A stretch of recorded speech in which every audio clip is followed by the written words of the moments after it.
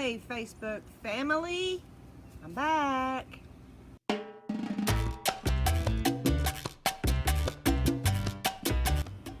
Today is going to be a continuation of Seed Start 101. This would be, I guess, part 2. But before we jump in, let's look at a little time lapse of these tomato plants. Roll it.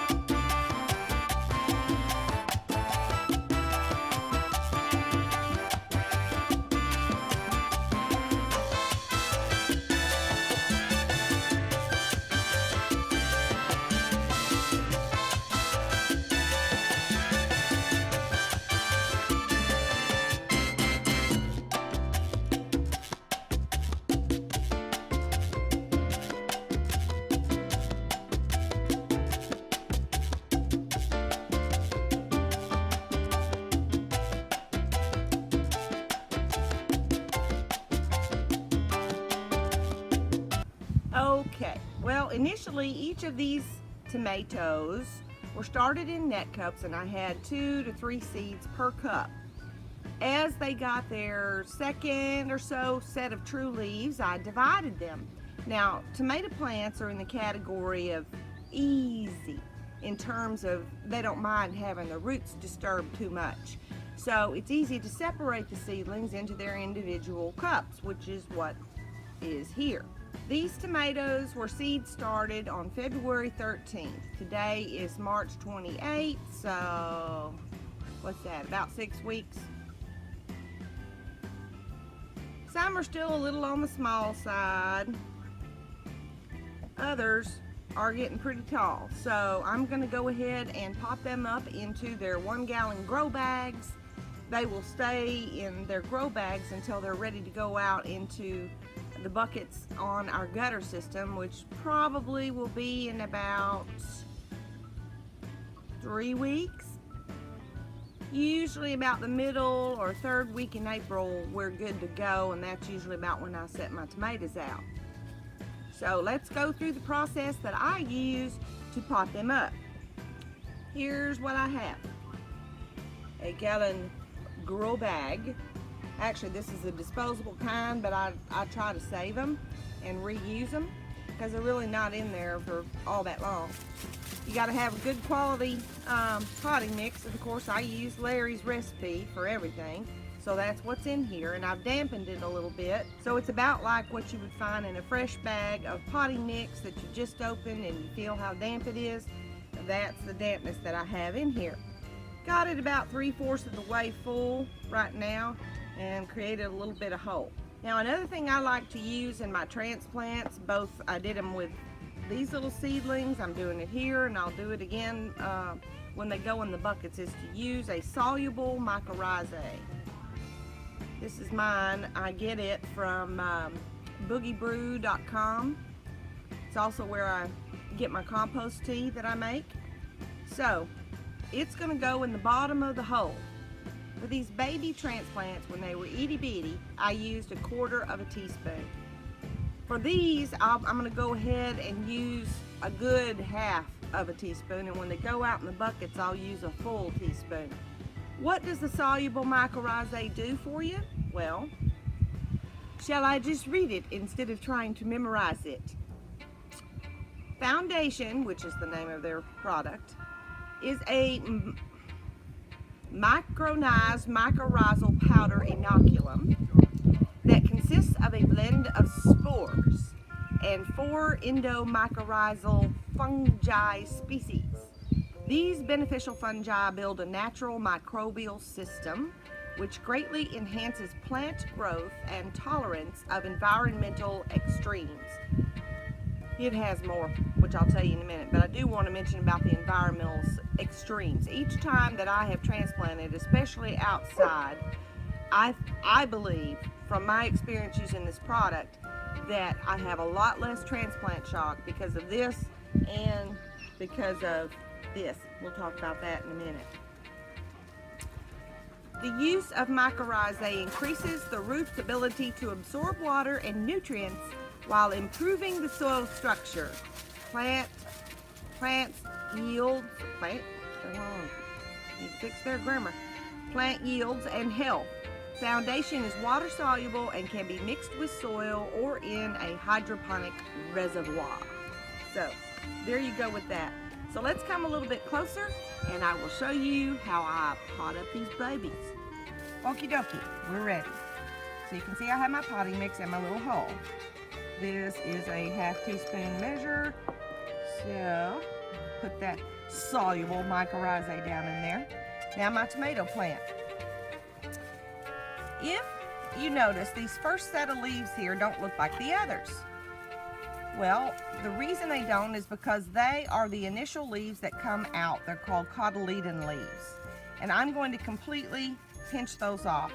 They're not necessary, and most of the time they just die off anyway. Now with tomatoes, you're going to want to bury it as deep as you can up to this first set of leaves. What that's going to do for you is strengthen your stem, and the tomatoes will grow their roots, additional roots, out the edges of the stem. So we're going to carefully just squeeze the little net cup here. By the way, I did not water these. It's been a couple of days since they've been watered. That was purposeful. They're just a little bit easier to plant if they're not soppy wet. Okay, so I've got that there.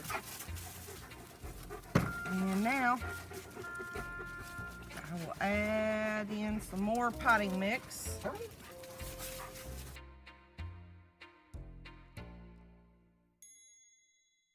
All right, now let's talk about watering. Okie dokie. Remember I said that the potting mix was slightly dampened? Well, now after you've replanted it, you're going to need to water it. Now I'm going to water it a little bit from the top, but then the whole thing, along with all the other little gallons, is going to go in a great big tray where I will put a good 1/2 inch, not a 1/4 inch, but a 1/2 inch of water in the bottom, because remember, this is a whole lot bigger than this. And typically your gallon bags are going to want about a 1/2 inch of water to stay in the bottom. So I'll have to keep an eye on that periodically. Now, what do you water with? Well, I mean, you can just use plain old water, that's fine. But when I do transplants, there is something special I like to do. I don't do it with the rest of the grow system.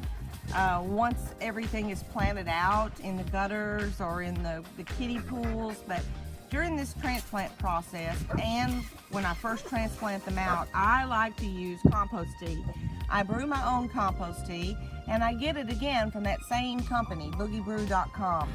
I brewed a 5-gallon pail of it yesterday, and what I've got in here is 1/4 compost tea to water.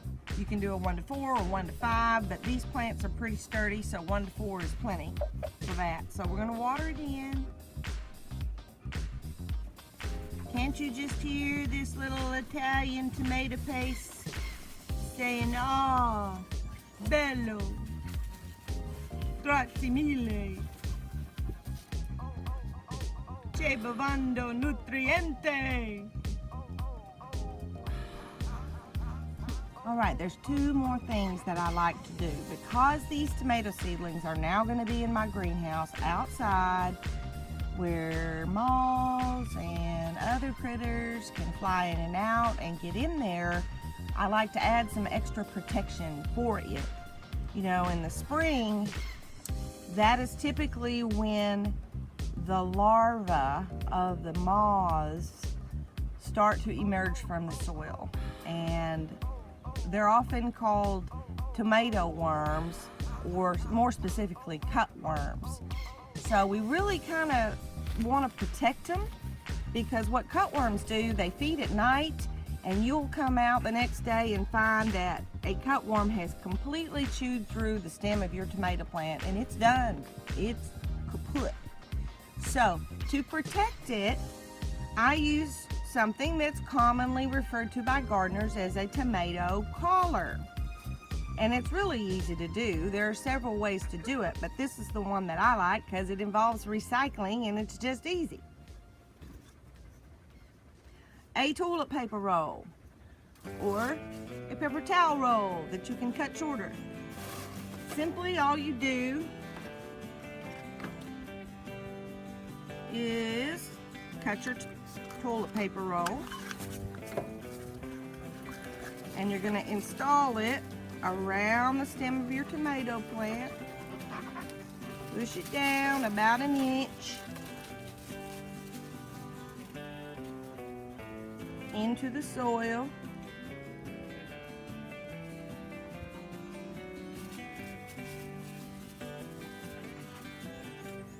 And your tomato plant is now totally devoted to you because you have given it the best garden fashion accessory ever.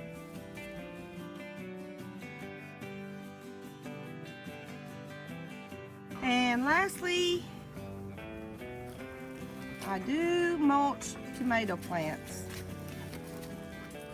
Worst thing in the world is to walk out and find your tomato plants are doing something funky, only to find out that a soil-borne fungus has attacked them. So the straw is going to help keep the leaves from touching the soil. Now, this being in the greenhouse, I'm really not going to have splash up like I would from rain, but I still like to have it protected. Plus, in these little gallon grow bags, this will also help to keep some of the moisture in for the tomato plant. These collars will come off when they go out in their buckets, and it'll be at that point that I'll be using other products to try to protect the plant from fungi and bad pests.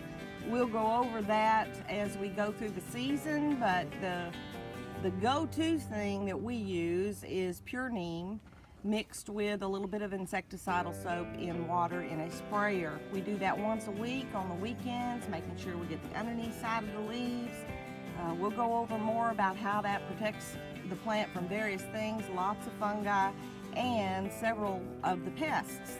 In addition to that, I add a product in the neem called Rid Bugs, which is supposed to also work toward attacking and killing the eggs, not just the larval stage, but the egg stage of various bad bugs. And lastly, there's another product called Actinovate, which is also mixed with water in a sprayer. We do it weekly, so say midweek we'll do the Actinovate, weekend we'll do the neem.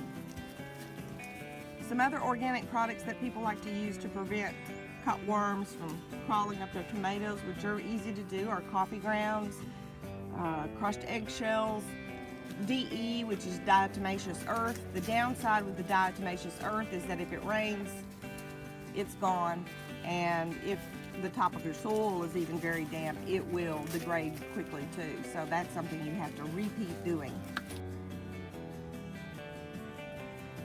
Well, this is the next morning. They did fine in the greenhouse overnight. They look great. No transplant shock. And remember, say it with me, y'all. Bye, and have a good one.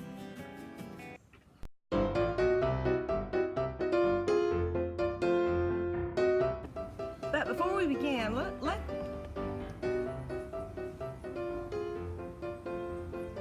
is the dang word? Come on, brain. But before we forgot the word again. Ready?